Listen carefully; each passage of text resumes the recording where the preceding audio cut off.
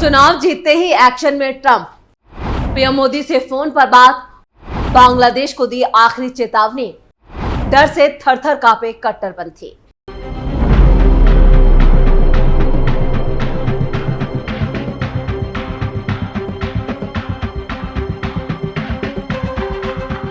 नमस्कार, आप सभी का बहुत बहुत स्वागत है। आप देख रहे हैं स्पेशल स्टोरी और मैं हूं परवीन शेख।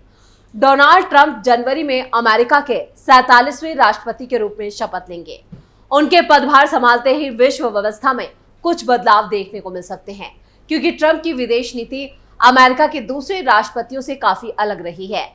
चुनाव में जीत के फौरन बाद ट्रंप ने एक बार फिर इसके संकेत दिए। जहां अमेरिका का नया राष्ट्रपति आमतौर पर जीत के बाद पारंपरिक रूप से पश्चिमी सहयोगी देशों के नेताओं से बात करता है, तो वहीं डोनाल्ड ट्रंप ने भारत के प्रधानमंत्री नरेंद्र मोदी और सऊदी क्राउन प्रिंस मोहम्मद बिन सलमान और दूसरे वैश्विक नेताओं से बात की। ये दर्शाता है कि डोनाल्ड ट्रंप एशिया के साथ संबंध मजबूत करने को ज्यादा जोर देने वाले हैं। ऐसे में उनके कार्यकाल में अमेरिका की विदेश नीति में और भी कई अहम बदलाव देखने को मिल सकते हैं। भारत के साथ ट्रंप का शानदार कनेक्शन। डोनाल्ड ट्रंप का पहला कार्यकाल भारत और अमेरिका के बीच संबंधों के लिहाज से काफी शानदार रहा। उनके और पीएम मोदी के बीच दोस्ताना संबंध भी देखने को मिले, यानी भारत और अमेरिका का उस वक्त कनेक्शन काफी मजबूत था। ट्रंप कई मौकों पर भारत को एक शानदार देश और मोदी को शानदार इंसान बता चुके हैं। उन्होंने ये भी कहा था कि उनके कार्यकाल में भारत और अमेरिका के रिश्ते सबसे मजबूत थे। ट्रंप के नए कार्यकाल में भी भारत उनकी प्राथमिकता में रहने वाला है, ये उन्होंने बता दिया। जैसे ही उन्होंने चुनाव जीता, वैसे ही उन्होंने पीएम मोदी से बात की थी। खासकर चीन को रोकने के लिए ट्रंप भारत का सहयोग बेहद अहम मानते हैं। क्वाड में भी फिर से एक्टिव करने की पहल ट्रंप ने शुरू की थी, जो इसे फिर से नई गति दे सकता है और इसे अमेरिका और भारत का और करीब आना तय माना जा रहा है। इसके साथ ही बांग्लादेश में हिंदुओं के साथ जो जुल्म हो रहा है, उसको लेकर भी ट्रंप ने सख्त संदेश दिया है। ट्रंप से क्यों डरा पाकिस्तान? पाकिस्तान को लेकर ट्रंप की नीति बाकी राष्ट्रपतियों से अलग रही है और उन्हें कई मौकों पर खुलेआम पाकिस्तान के खिलाफ सख्त रुख अपनाया था। उन्होंने पाकिस्तान पर आतंकवाद को पनाह देने का आरोप लगाते हुए 2018 में अमेरिका की तरफ से दी जाने वाली सैन्य सहायता भी रोक दी थी और इस कदम से पाकिस्तान में ट्रंप के खिलाफ काफी नाराजगी देखी गई थी, आक्रोश पैदा हो गया था। बाइडेन के कार्यकाल में हालात बदले और उन्होंने फिर से पाकिस्तान को दी जाने वाली सैन्य सहायता शुरू की, लेकिन ट्रंप की वापसी इस प्रगति को फिर से बाधित कर सकती है। वो आतंकवाद पर दोहरा रवैया रखने का आरोप पाकिस्तान पर लगाते रहे हैं और एक बार फिर पाकिस्तान को इससे सबसे ज्यादा खतरा महसूस हो रहा है। बांग्लादेश को लेकर ट्रंप के तेवर सख्त। बांग्लादेश के लिए अमेरिकी राष्ट्रपति चुनाव बेहद अहम था, क्योंकि अंतरिम सरकार के मौजूदा प्रमुख मोहम्मद यूनुस डेमोक्रेट्स के करीबी माने जाते हैं और माना जाता है कि उन्हें बाइडेन प्रशासन का पूरा समर्थन हासिल था। ऐसे में ट्रंप की जीत उनके लिए अच्छी खबर नहीं लेकर आई, क्योंकि पूर्व में यूनुस खुलेआम ट्रंप की आलोचना कर चुके हैं। ट्रंप ने भी एक भाषण में यूनुस पर निशाना साधा था। ऐसे में देखना होगा कि ट्रंप के आने से बांग्लादेश की राजनीति में क्या कुछ बदलाव आते हैं। वैसे इस वक्त यूनुस सरकार काफी डरी हुई है। वहीं हिंदुओं को जिस तरह से बांग्लादेश में निशाना बनाया जा रहा है, उससे साफ है कि बांग्लादेश को जल्द ही सबक सिखाया जाएगा। अमेरिकी राष्ट्रपति चुनाव में जीत हासिल करने के बाद डोनाल्ड ट्रंप को दुनिया भर के नेताओं से बधाई मिली। सबसे खास बात, अमेरिका को अपना सबसे बड़ा दुश्मन मानने वाला रूस भी ट्रंप के चुनाव जीतने ही अपने तेवर नर्म कर चुका है। रूस के राष्ट्रपति पुतिन ने तो बाकायदा बधाई दी और ट्रंप को बहुत ही साहसिक इंसान बताया, जिसके बाद ये अंदाजा हो गया था कि अब शायद यूक्रेन से जंग रुक जाए। इस बीच रूस के उप विदेश मंत्री ने कहा है कि उनका देश यूक्रेन में जंग खत्म करने के लिए अमेरिका के नए नवेले राष्ट्रपति डोनाल्ड ट्रंप के प्रस्तावों को सुनने के लिए तैयार है। रूस की शर्त पर जंग पर बात करने को तैयार। यूरोपीय संघ के विदेश नीति प्रमुख ने अमेरिका में नेतृत्व परिवर्तन के बाद यूक्रेन को समर्थन देने के लिए कीव में बातचीत की। रूसी उप विदेश मंत्री सरगई रयाबकोव ने कहा है कि मॉस्को और वाशिंगटन रूस यूक्रेन जंग पर गोपनीय माध्यम से बातचीत करें। उन्होंने ये भी साफ नहीं किया कि ये बातचीत बाइडेन प्रशासन या ट्रंप और उनके आगामी प्रशासन के सदस्यों के साथ थी।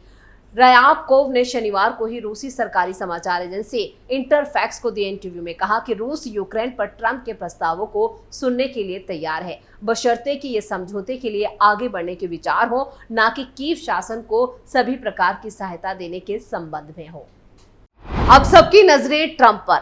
एक तरफ रूस जंग रोकने पर बात कर रहा है, दूसरी तरफ रूस ने हवाई हमला यूक्रेन में और भी तेज कर दिया, जिसके बारे में यूक्रेनी अधिकारियों का कहना है कि उन्हें इसका मुकाबला करने के लिए पश्चिमी देशों की और ज्यादा मदद की जरूरत है। हालांकि इस बात को लेकर शक गहरा गया है कि कीव नए अमेरिकी प्रशासन से क्या उम्मीद कर रहा है। ट्रंप ने बार बार यूक्रेन को दी जा रही अमेरिकी सहायता के मुद्दे को उठाया है, युद्ध को समाप्त करने का स्पष्ट संकल्प लिया है और रूस के राष्ट्रपति व्लादिमीर पुतिन की तारीफ की है। हालांकि यूरोपीय संघ के विदेश नीति प्रमुख जोसेप बोरेल ने शनिवार को कीव की यात्रा के दौरान यूक्रेन को समर्थन का फिर से भरोसा दिलाया है। रूस में रक्षा मंत्रालय ने कहा है कि 7 रूसी क्षेत्रों में 50 यूक्रेनी ड्रोन मार गिराए हैं। जंग में दोनों तरफ से नुकसान। उधर इस बीच यूक्रेन के शहर ओडेसा में एक रूसी ड्रोन हमले में एक शख्स की जान चली गई और 13 लोग घायल हो गए। वहीं ओडेसा के क्षेत्रीय गवर्नर ओलेग कीपर ने कहा है कि काला सागर से लगे शहर में ऊंची आवासीय इमारतें, निजी मकान और गोदाम ड्रोन के टकराने से क्षतिग्रस्त हो गए।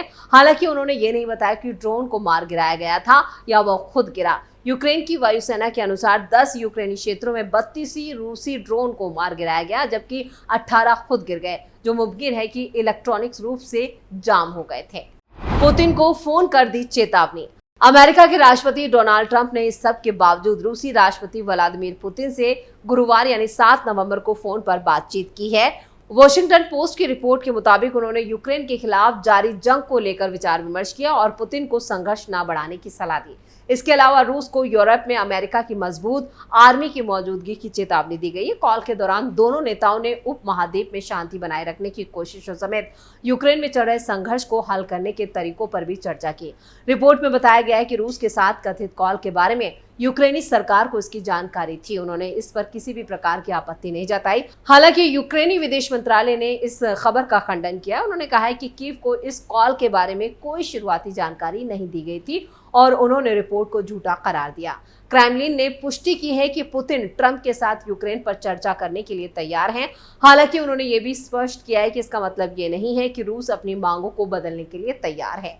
रूस चाहता है कि यूक्रेन नाटो में शामिल होने की अपनी योजना छोड़ दे और मौजूदा वक्त में रूस के कब्जे वाले 4 इलाकों में आत्मसमर्पण कर दे। पुतिन और ट्रंप के बीच इस फोन कॉल की आधिकारिक पुष्टि अभी तक नहीं हो पाई है। स्काई न्यूज जैसे प्रमुख समाचार नेटवर्क ने भी इस रिपोर्ट की स्वतंत्र पुष्टि नहीं की है, यानी कि सिर्फ सूत्रों से ये खबरें चलाई जा रही हैं कि ट्रंप के बीच और पुतिन के बीच एक लंबी चौड़ी बातचीत हुई है। यूक्रेन और रूस के बीच विवादास्पद क्षेत्रीय और राजनीतिक तनाव को देखते हुए इस तरह की चर्चा और इसके संभावित नतीजों पर आने वाले भविष्य में नजर रखना जरूरी होगा।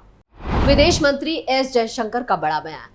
इधर विदेश मंत्री डॉक्टर एस जयशंकर ने बताया कि डोनाल्ड ट्रंप ने अमेरिकी राष्ट्रपति चुनाव जीतने के बाद जो सबसे पहले 3 फोन कॉल किए थे, उनमें एक प्रधानमंत्री नरेंद्र मोदी को भी किया था। वो इस बात पर चर्चा कर रहे थे कि ट्रंप के सत्ता में आने के बाद अमेरिका और भारत के रिश्तों पर इसका क्या असर पड़ेगा।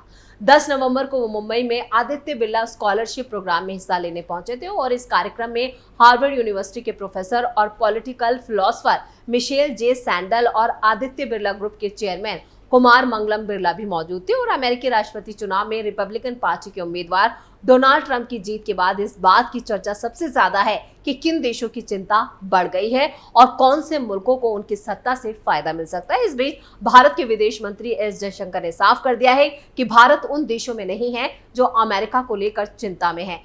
एस जयशंकर ने आगे कहा, मैं जानता हूं कि आज बहुत से देश अमेरिका को लेकर घबराए हुए हैं, लेकिन भारत उनमें से नहीं है। जब एस जयशंकर से पूछा गया कि अमेरिकी चुनावों के नतीजे यूएस और भारत के रिश्तों को प्रभावित कर सकते हैं, जिस पर जयशंकर ने कहा, भारत और भारत के प्रधानमंत्री नरेंद्र मोदी ने अमेरिका से कई राष्ट्रपतियों के साथ अपने संबंध अच्छे बनाए हैं और वैश्विक शक्तियां जो हैं वो गतिशीलता के बारे में पूछे जाने पर कहा कि हाँ, बदलाव हुआ है, हम खुद इस बदलाव का उदाहरण हैं। अगर आप हमारे आर्थिक वजन को देखते हैं तो हमारी आर्थिक रैंकिंग को देखते हैं, आप भारतीय कॉरपोरेट जगत, उनकी पहुंच, उनकी मौजूदगी, भारतीय पेशेवरों को देखते हैं, इसमें कोई शक नहीं है कि यहाँ पर पुनः संतुलन हुआ है। उन्होंने आगे कहा, औपनिवेशिक काल के बाद देशों को स्वतंत्रता मिली और उन्होंने अपनी नीतियां खुद चुननी शुरू कर दी थी। फिर उनका आगे बढ़ना भी तय था। इनमें से कुछ तेजी से बढ़े, कुछ धीमी गति से बढ़े, कुछ बेहतर तरीके से आगे बढ़े और वहां शासन की गुणवत्ता और नेतृत्व की गुणवत्ता में काफी फर्क आया है। विदेश मंत्री ने अपने संबोधन में ये भी कहा कि ज्यादा विविधतापूर्ण बहुध्रुवीय दुनिया की ओर रुझान है, लेकिन एक ऐसा दौर भी है जब देश वास्तव में आगे बढ़ते। मेरा मतलब ये वैसा ही है जैसे कॉर्पोरेट जगत में भी हुआ है। इसके साथ ही एस जयशंकर ने इस बात पर भी जोर दिया कि पश्चिम में औद्योगिक अर्थव्यवस्थाओं को नजरअंदाज नहीं किया जा सकता है और वो प्रमुख निवेश लक्ष्य बने हुए हैं। यानी अमेरिका अब आने वाले वक्त में भारत में बड़ा निवेश भी करेगा और भारत की तरफ से भी अमेरिका में कई निवेश हो सकते हैं। इससे साफ है कि आने वाले दिनों में भारत और अमेरिका के रिश्ते और मजबूत होंगे, लेकिन पाकिस्तान और बांग्लादेश के लिए खतरे की घंटी जरूर बज चुकी है। इसी के साथ स्पेशल स्टोरी में इतना ही। वीडियो कैसा लगा कमेंट करके अपनी राय जरूर दें। वीडियो को लाइक करें, शेयर करें और कैपिटल टीवी को सब्सक्राइब जरूर करें। नमस्कार।